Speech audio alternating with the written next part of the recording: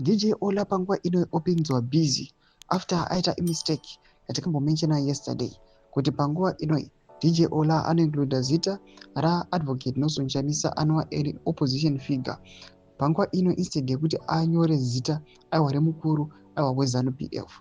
Ndisana pena mashoko obuda achipindura papost aiwa iri kutenderera ikacirculator vanhu vakatoposhaya kutoti chii chiri kuitika, but Ola izama kutsanangura kuti it was a mistake. Vari kuzama kuzvinzwisa ndoba subscribe Ola ikati on the bell icon.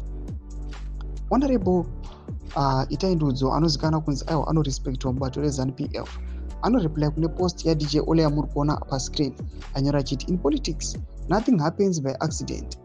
It's a fact well known to Owen Madondo that I am neither from Wedza South nor the mentioned opposition politician. For a few pieces of silver, Madondo played the role of a mercenary in a character assassination political mud-slinging plot.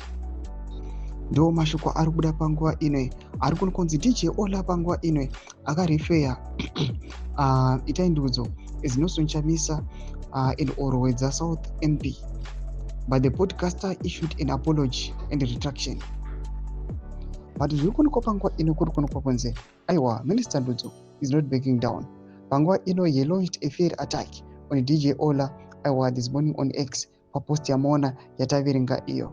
Panguva ino tikuona kuti DJ Ola has not responded to the allegations that he is a paid mercenary, kuti aiwa Ola ari kubhadharwa kuti aite zvaari kuita izvi. Panguva ino DJ Ola vangoramba vari mwei, hapana zvavati vataura.